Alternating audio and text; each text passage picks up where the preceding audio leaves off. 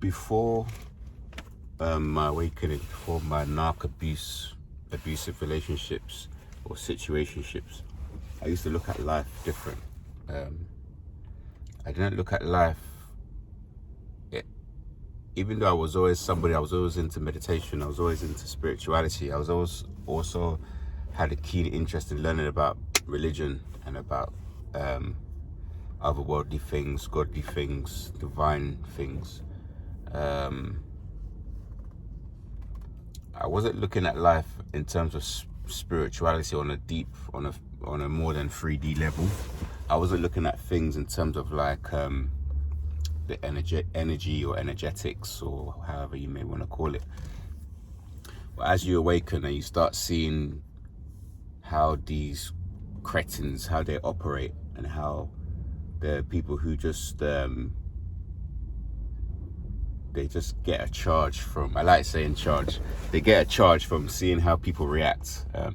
I'm actually working again with I call him the head narcissist, but he's not a head narcissist.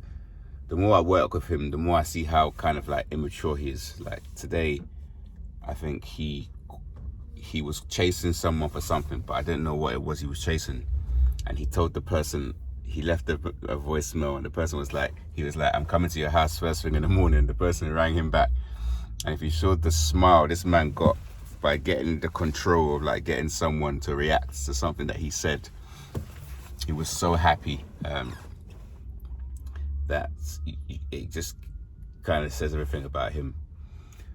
This I call it pathology. This kind of mental illness, or this possession. It is a possession. It's a spiritual thing. It's very much looking at people and thinking to yourself, am I around a safe person, or am I around someone that's not safe? And when I say not safe, what I mean is someone that's trying to use us, trying to drain our resources, especially energy. Being around him is very draining, because it's like someone that's always trying to control the situation, very demanding, telling you what to do all day.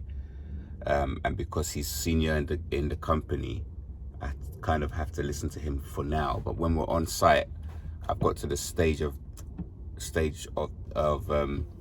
proficiency where I don't particularly need his help. I can just go off by myself and make things happen, just fix things, install things without his knowledge. So that's been quite cool. But it's interesting because when you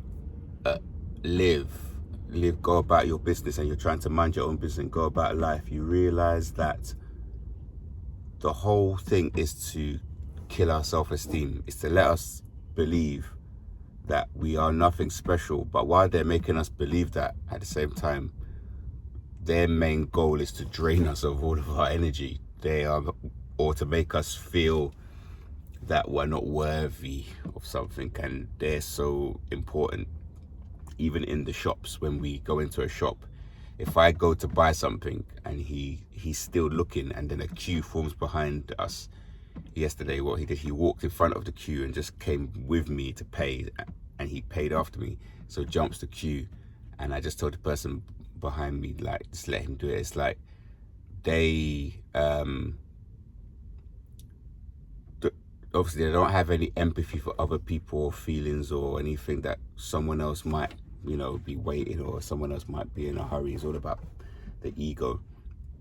And I actually saw another scenario where we had a mechanic come to our base headquarters to fix one of the broken vehicles, and the mechanic asked another narc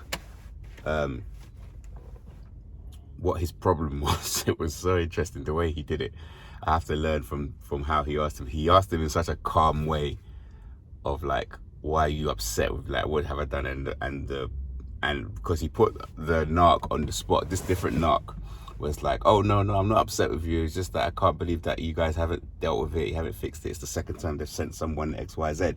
But by putting them in like almost making them face up to their own negativity, it put him on the back foot. He started smiling and just trying to like telling me, oh, take him upstairs to the fleet manager, take him upstairs, go see the manager that deals with the vehicles, blah blah blah. But it was like he had to escape being put something been put to him, but he's happy to abuse people. He's happy to shove his demands in front of people. But when they actually respond in a way, in a calm way, and they highlight that there's no need to be negative, they kind of just shrivel up, and you see it in real time. And I've seen it a couple of times. I've seen another manager do it to someone else as well. So that's something that I need to learn, to not to react, to respond but don't react. And if they're being a certain way, like negative or something for no reason, you can just ask them straight up, like, do you have a problem? Like, what's your problem? And they don't like that.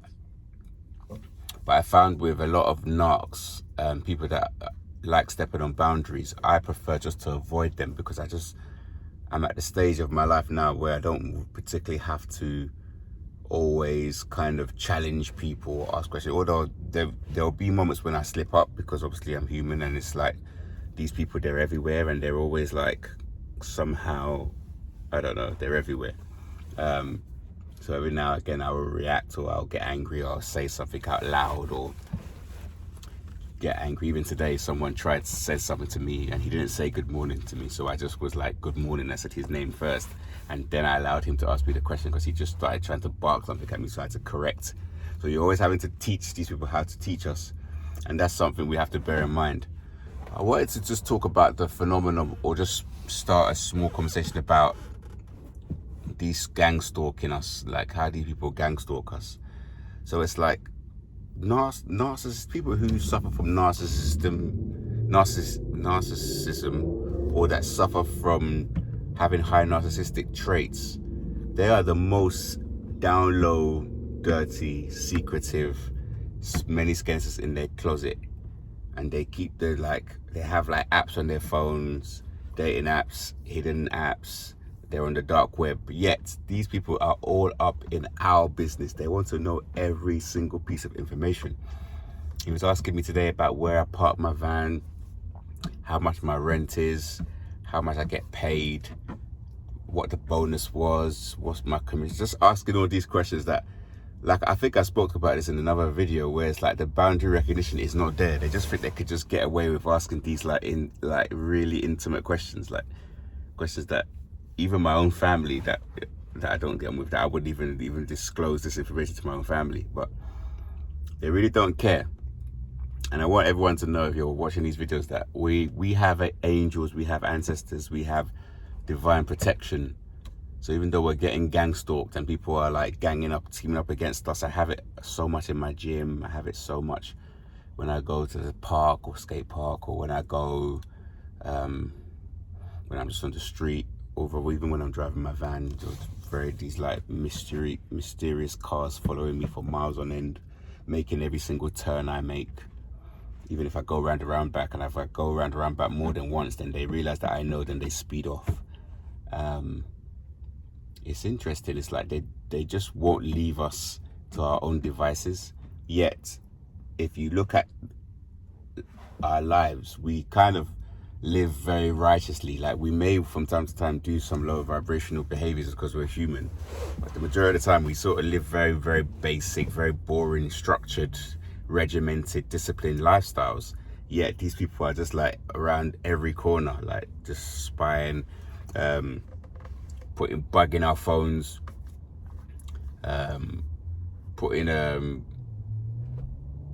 breaking into our gadgets, our computers, our laptops, following us everywhere.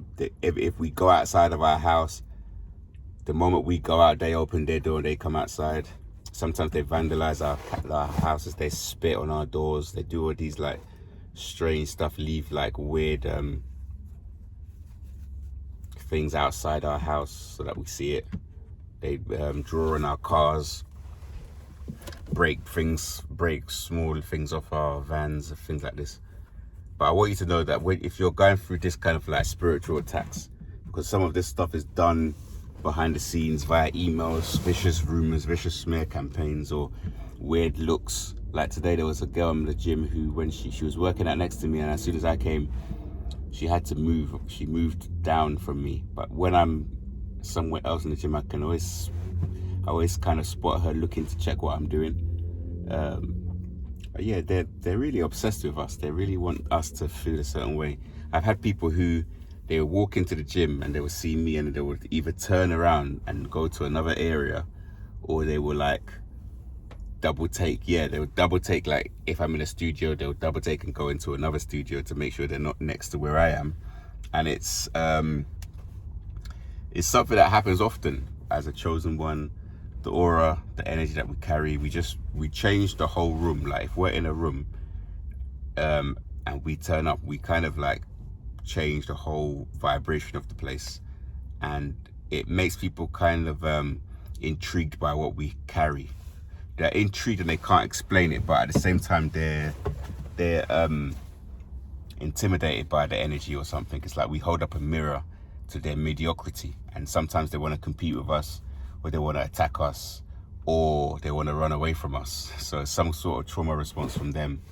But it's interesting. It's something to bear in mind, but just to remember to keep going, to know that you're divinely protected, and remember all the situations that you've gone through and you made it through the other side. Remember all the times when things could have gone really bad and they didn't. Remember, like, you know, this bike accident happened to my tooth and my lip, or things that could have been a lot worse. Things with work, car stuff, accidents that could have happened, near misses, being up the ladder. So it's just to know that these people are not to be trusted. If they could do something and get away with it, they would. Try not to give them the opportunity. If you can, change up your routine from time to time. Change the times that you go certain places. I'm charging my van a different place today, and somebody that was here yesterday in a different van was here. And it could be I don't believe in coincidence, but it is what it is. So yeah, I know that, like me, like, you know, it's Sunny, we glow up, we have something unique to offer, we have like a specific purpose and mission that we all need to find, and let's all in the collective get to that place and get to that version of ourselves, that healed, supreme, apex version, purpose that we all know that we got the ability to become.